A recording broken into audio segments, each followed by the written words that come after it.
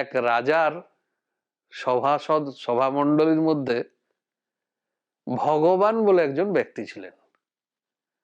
ভগবান ছিলেন রাজার খুব প্রিয় পাত্র। এ কারণে ভগবানের অবারিত দ্বার ছিল রাজার কাছে। তিনি যখন তখন রাজার কাছে পৌঁছে যেতে পারতেন। আর এই কারণে ভগবান অন্যান্য পারিষদ বর্গকে একটু বোধহয় অবহেলার ছলে, একটু তাচ্ছিল্যের সঙ্গে দেখতেন। ফলত ওই রাজপরিষদ বাকি যারা, তারা সবাই মিলে পরামর্শ করলো এর একটা বিহিত করা দরকার। কি করা দরকার?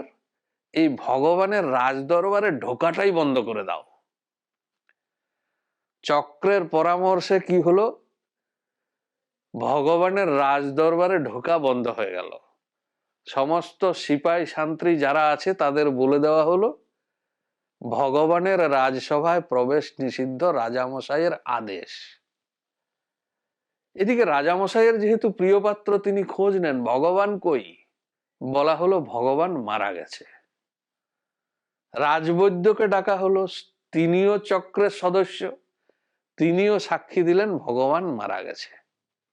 এদিকে ভগবান প্রতিদিন রাজোদ্বার থেকে ফিরে যায়, শান্ত্রী তাকে ঢুকতে দেয় না। 2 দিন 4 দিন, সপ্তাহ, মাস কেটে যায়। ভগবান বুঝতে পারে যে একটা কিছু ষড়যন্ত্র করা হয়েছে, রাজামশাইয়ের সঙ্গে দেখাটা করা দরকার। রাজামশাই একদিন বেরোলেন নগর পরিভ্রমণে। ভগবান খুব চেষ্টা করলো রাজামশাইয়ের সঙ্গে দেখা করার জন্য, কিন্তু ওই যে পারিষদ বর্গ, ওই চক্র, ভিড় ঠেলে ভগবান ওখানে পৌঁছাতে পারলো না।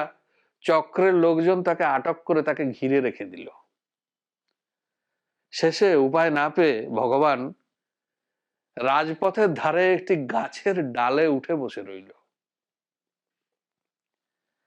রাজামশাই যখন ওই পথ দিয়ে ফিরছেন, তখন ভগবান চিৎকার করে বলল, রাজামশাই, রাজামশাই, আমি এখানে। রাজামশাই তাকিয়ে দেখলেন, আরে এ তো ভগবান। সঙ্গে সঙ্গে পারিষদ বর্গকে বললেন, আরে তোমরা কি কথা বলছো? তোমরা বললে ভগবান নাকি মরে গেছে। ওই তো ভগবান, ওই তো ভগবান গাছের ডালে বসে আছে। চক্রের প্রধান এসে এগিয়ে এসে বলল, রাজামশাই, রাজামশাই, ওদিকে দেখবেন না, ওদিকে তাকাবেন না, ভগবান ভূত হয়ে গেছে।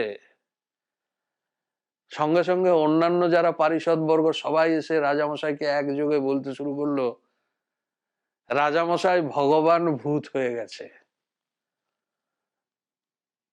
এভাবে 10 চক্রে ভগবান ভূত হয়েছিল।